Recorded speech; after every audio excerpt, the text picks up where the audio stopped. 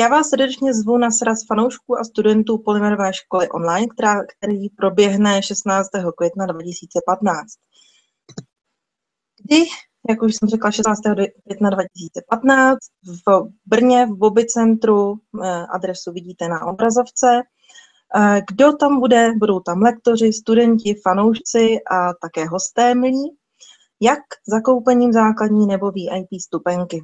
Takže co je na programu základní vstupence v ceně 1690 korun. Budou tam demo workshopy, bude jich 7, soutěže o velmi hodnotné ceny, prezentace a přednášky, takovou zábavnější formu, abychom se všichni bavili.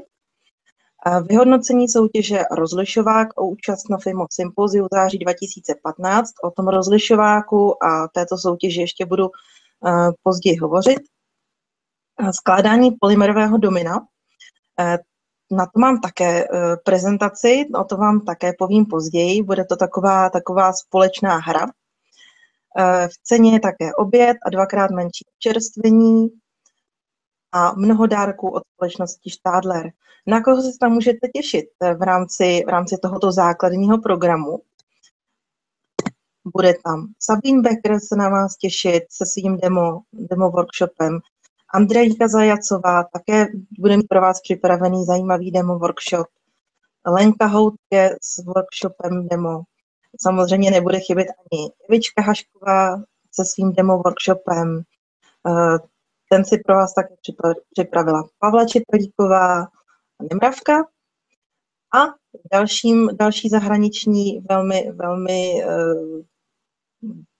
cenný host Gabi Simigdala, lektorka z Řecka. Dalším hostem milým, který nepatří mezi lektory, ale velice rádi ji tam uvidíme s demo workshopem, je Martinka Zlatníková. Hanka Uterská pro vás bude mít přistaný velmi zajímavou prezentaci s přednáškou. Stejně tak Marta Špalková se mnou. My pro vás máme taky přichystanou přednášku a prezentaci.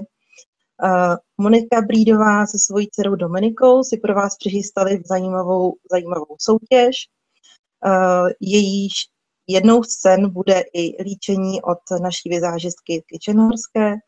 Těšit se můžete samozřejmě taky na Jeníčka Dinsbíra, tam nesmí chybět, stejně jako Veronika Sturdy a jedna z našich dalších nových lektorek Daniela Klein a samozřejmě náš pan ředitel Aleš.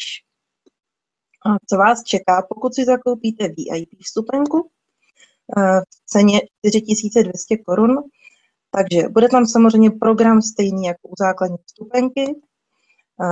Do toho bude navíc profi demo workshop s Anou Belčí, která samozřejmě přijede, budete se tam s ní moc vidět, pobavit a ukáže vám, jakým způsobem vytváří tyhle svoje krásné, známé hollow eye beads, jak jim říká. Dále je v ceně VIP programu večerní velký raut s lektory, ubytování ve 4hvězdičkovém hotelu Bobby Centrum Brno se snídaní zdarma a druhý den 3hodinová návštěva wellness centra Maximus s bazény, výřivkami a saunami. Ještě vám ukážu za chviličku přímo fotogalerii na jejich webu, abyste se mohli podívat, co tam nabízí. Myslím si, že to bude opravdu nádherný zakončení tohoto srazu pro VIP hosty dvoudenního. A dále dárky od Stadlera plus dárek navíc překvapení. Můžete se podívat na www.maximus-resort.cz, co to krásné wellness centrum nabízí. Výřivky, bazény, sauny, na to všechno se můžete těšit spolu s lektory, kteří se toho budou účastnit taky. Potom tam zrelaxujeme svá unavená těla po předchozím velice náročném a plném dni. Tak, ve kterém Danča vyráběla právě Kane s tímhletím symbolem. A my na ten rozlišovák, respektive na to logo, vyhlašujeme soutěž s vyhlášením na tom srazu 16. května. Takže o co půjde? Vytvoříte šperk nebo doplněk s aplikací znaku Polymerové školy. Můžete využít to výukové video, o kterém jsem hovořila z prvního ročníku, které už je umístěno na stránkách školy.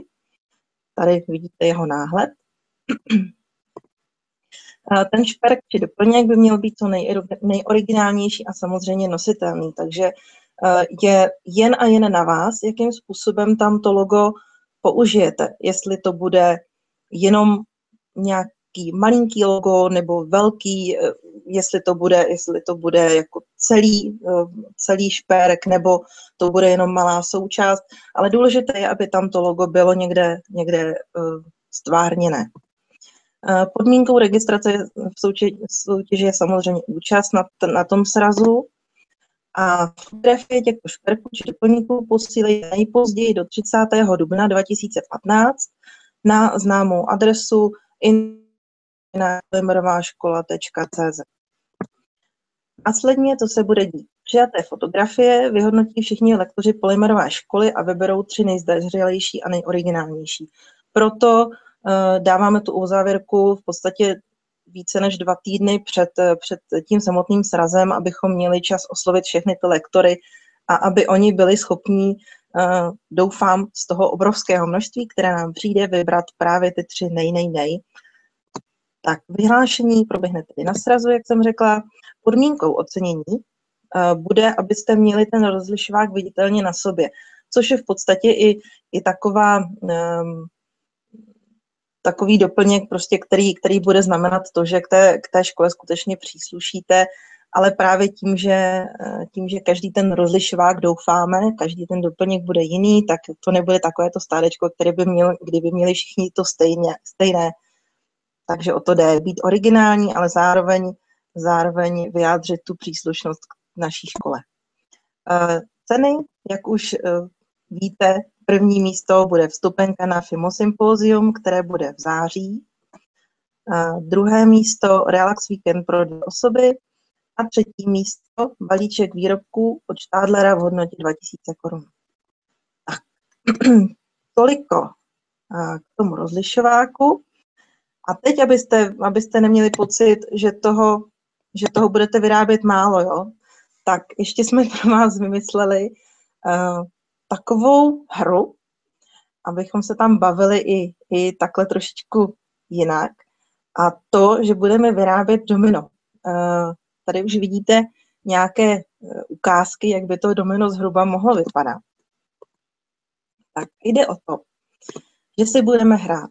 Budeme vyrábět 3 druhy hracích kostiček. Květiny, barvy a čísla. Domino určitě všichni znáte z dětských let, víte, na jakém principu zhruba funguje. My si s ním budeme hrát trošičku jinak, nebudeme se skládávat absolutně stejné kostičky k sobě, ale budeme se orientovat podle barev, čísel a tak dále. Takže pravidla. Každý účastník vytvoří 3 domino kostky. Jednu z oblasti barev, můžete použít jakýkoliv styl, techniku, rozhodující je ta dominantní barva kostičky.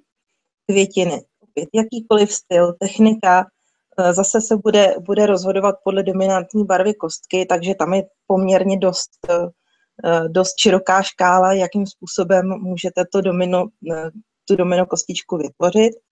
A čísla. Opět jakýkoliv styl, technika, mohou to být i rovnice, jak jste viděli už před chvílí, já vám to ještě ukážu, jednou vrátím se zpátky. Může to být rovnice, vtipné vyjádření čísel, ale ta čísla musí být od 1 do 6, abychom se tam potom nedostali do stavu, že někdo bude mít číslo 66 a nebude mít ke komu to přiložit. Tak, velikost kostky bude 3x6 cm. Tak já se ještě vrátím zpátky. Tak, jak vidíte květiny, tady úplně zleva, když se podíváte, tak tady květina fialová, tady růžová, tady je červená. Můžete udělat kostičku toho domina, kdy tam, to je taková ta vsuvka, čím v podstatě si to trošičku ulehčíte, protože respektive ulehčíte to možná tomu, kdo půjde po vás, kdo bude chtít svoji kostičku přeložit po vás, vlastně zachováte tu původní barvu, která tam v tom hadovi byla. Jo, tady máte modrou, zelenou, tady barvy růžová, černá nebo červená. U těch barev můžete použít třeba dvoubarevnou, jo? Že v podstatě tam je to takové volnější, můžete přiložit jak třeba k černé kostičce, tak k červené, tam je to poměrně dosti volné. A čísla 5, 1, 1, 3, 3, 6, klasika, ale můžete to zase stvárnit jakýmkoliv způsobem. Cílem tohoto domina je samozřejmě to, abychom umístili všechny kostičky, které přinesete, a abychom vytvořili co možná největší domino, největšího toho hada zakrouceného a udělat tak třeba i rekord. Pokusíme se oslovit i Českou knihu rekordů a kuriozit, jestli by tam s náma přijeli, nafotili to a zdokumentovali. Takže je to na vás, jestli se nám to povede a